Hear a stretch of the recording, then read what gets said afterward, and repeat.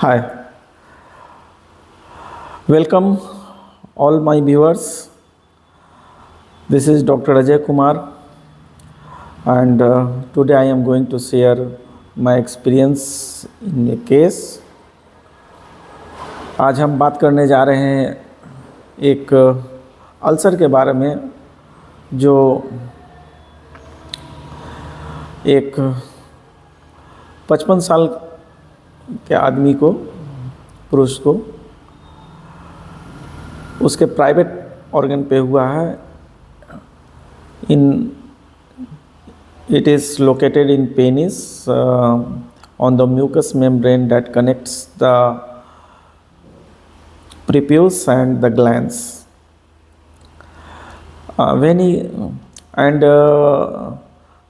It is looking like red. There was no elevation. The ulcer was about 1 centimeter in length. It was not too broad, but it has been coming since 25 years. उन्होंने बताया कि करीब 25 साल से यह बीमारी है, और डॉक्टर इसके लिए एंटी फंगल और एंटीबैक्टीरियल ऑइंटमेंट दिए हैं, जिसे मैं लगाता हूँ और मेरा ठीक हो जाता है। रह के जब भी यह आता है तो मैं इसे लगा देता हूँ और यह मेरा ठीक हो जाता है। कभी इसमें नोचनी रहता है, कभी इसमें जलन होती है। यूजुअली बहुत तकलीफ़ नहीं होती है। मैं शुरू जैसे ही स्टार्ट होता है मैं तुरंत ही दवा लगा लेता हूँ और ये मेरा ठीक हो जाता है। 2 महीना, 3 महीना, 1 महीना कभी भी यह हो जाता है। 2-3 दिन दवा लगाने के बाद ये ठीक हो जाता है।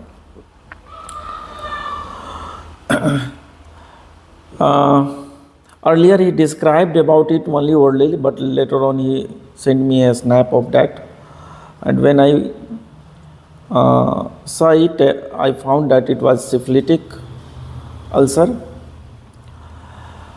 and I said him, sir, this is syphilis. तो उन्होंने बोला यह क्या होता है, यह ठीक होगा कि नहीं, क्या मुझे कोई स्किन के डॉक्टर से दिखाना होगा। बोले कि किस बात का डर लग रहा है। नहीं, कोई बड़ा बीमारी हो जाएगा, कुछ हो जाएगा, नहीं इलाज करने से कुछ हो जाएगा। क्या हो गया ये डॉक्टर साहब, ठीक तो हो जाएगा ना। और यह बार बार वो करीब 10-15 मिनट मैंने जो उनसे वार्ता की, यह बार बार वो पूछते रहे, ये ठीक तो हो जाएगा ना, ठीक तो हो जाएगा ना। मैंने उनकी पत्नी से बात किया। उन्होंने कहा कि इन्हें ये बहुत जल्दी डर जाते हैं, छोटी छोटी बातों पे भी डर जाते हैं। थोड़ा सा भी शरीर में कुछ हुआ, कोई भी बीमारी हुई, हल्का फुल्का भी कुछ हुआ तो डर जाते हैं।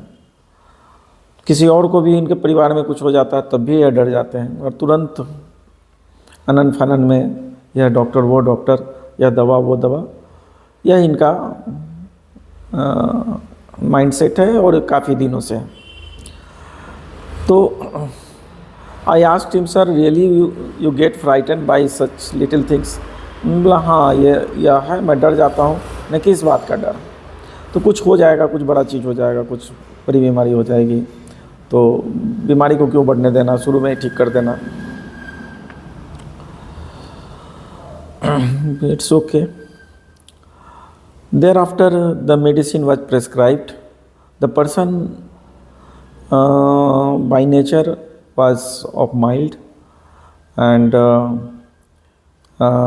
he was tall, and he was also lean,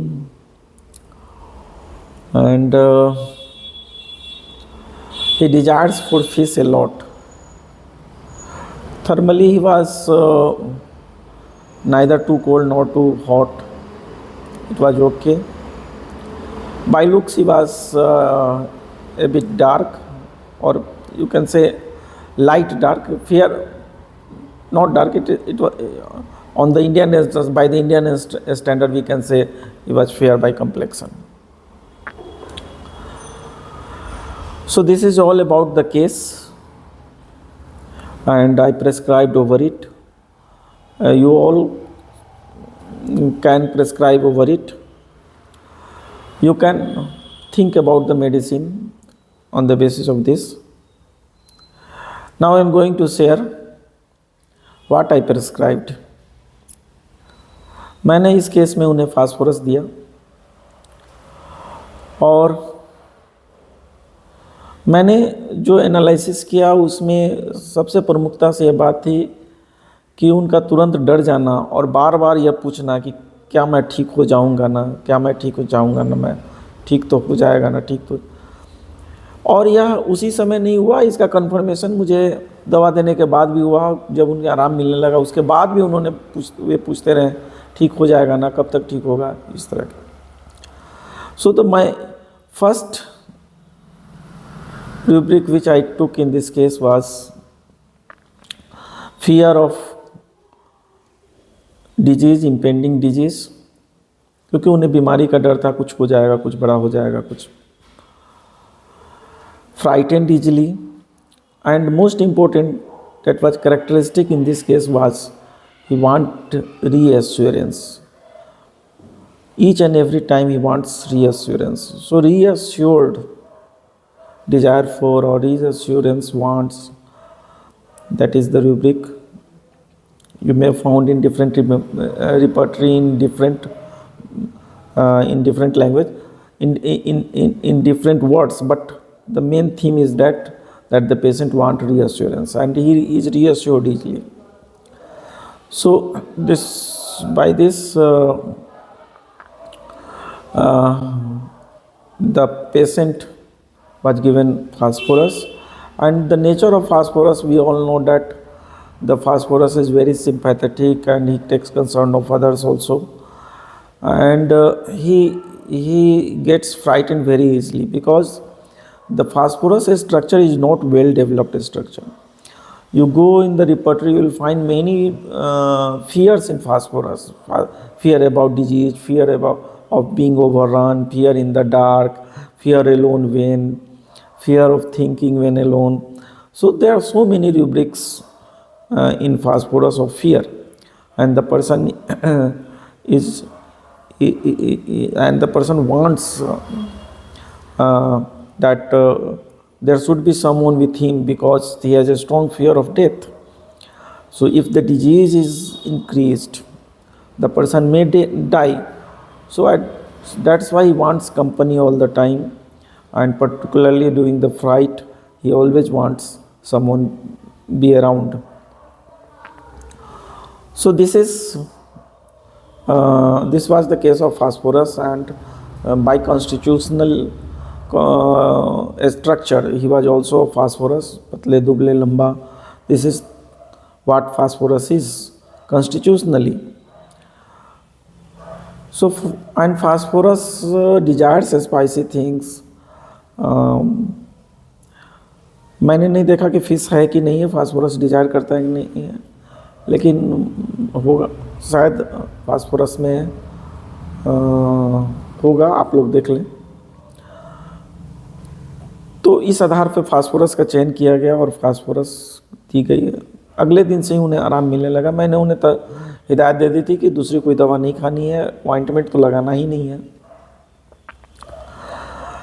एक सप्ताह में करीब उनके सारे लियाजन ख़त्म हो गए थे और करीब 10 दिन के बाद वो कहने लगे मैं दवा कंटिन्यू करूं कि नहीं करूं।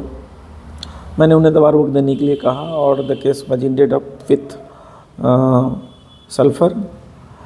एक रिमार्केबल थिंग यह भी आया कि करीब 9वें दिन उन्हें पीठ में थोड़ी सी खुजली हुई, थोड़े इरप्शन आए और सल्फ़र उन्हें पहले से ही दिया गया था केस को बाइंड अप करने के लिए। This was the indication of sulphur also, and the herring law of cure was also followed in this case.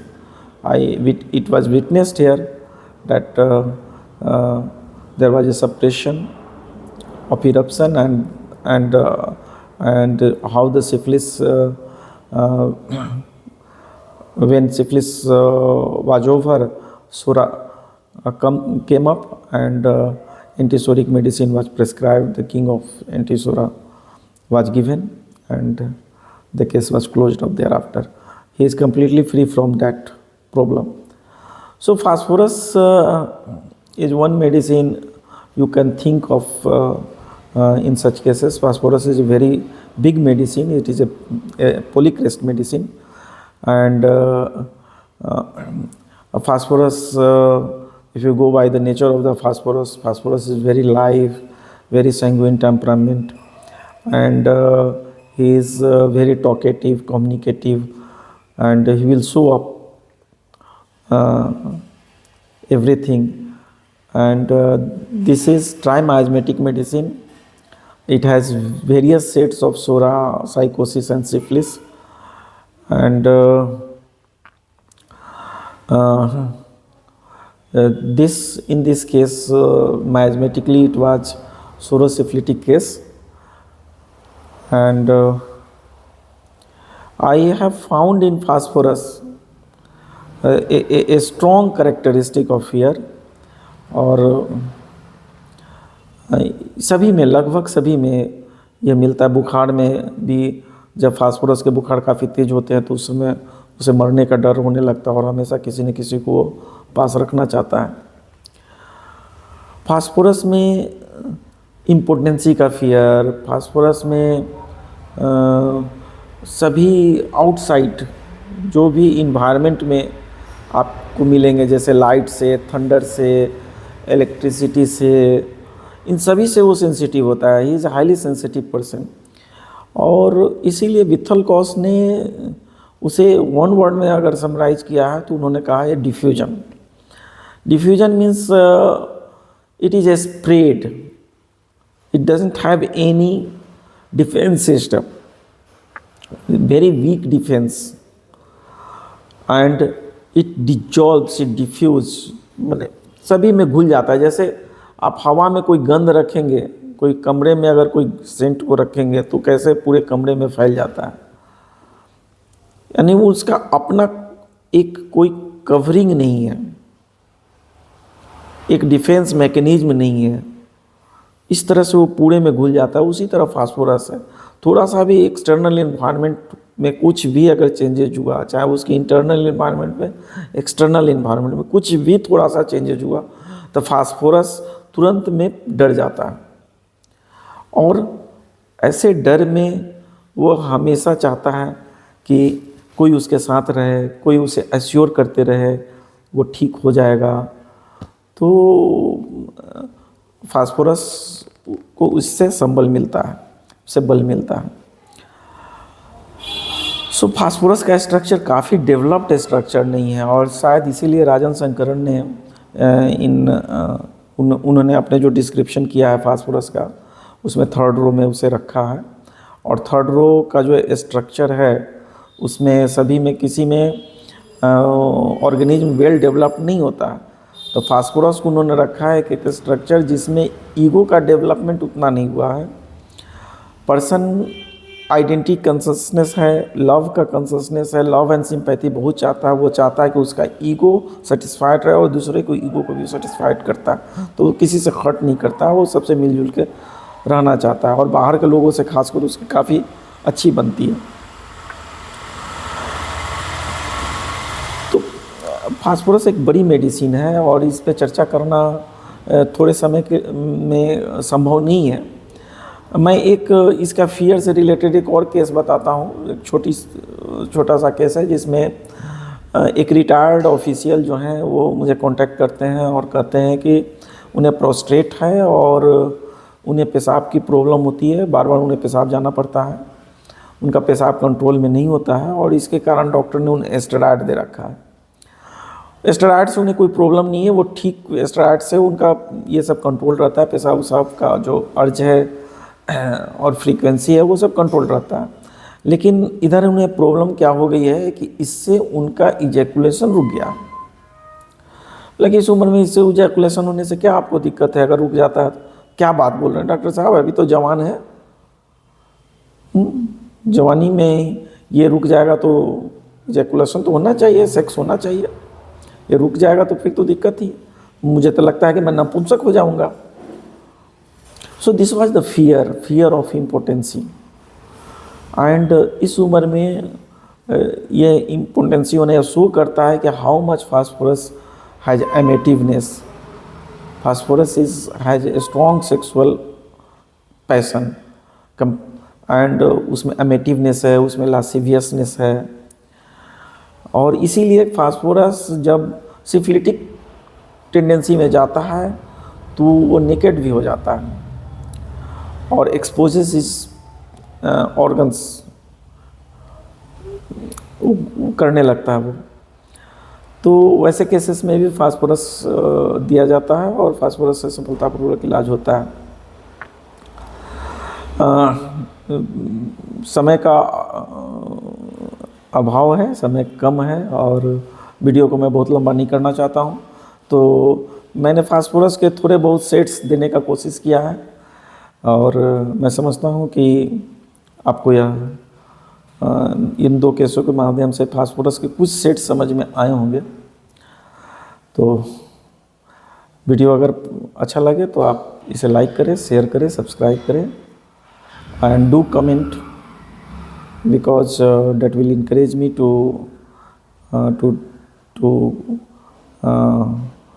do things better. Thank you very much for watching me. Have a nice day.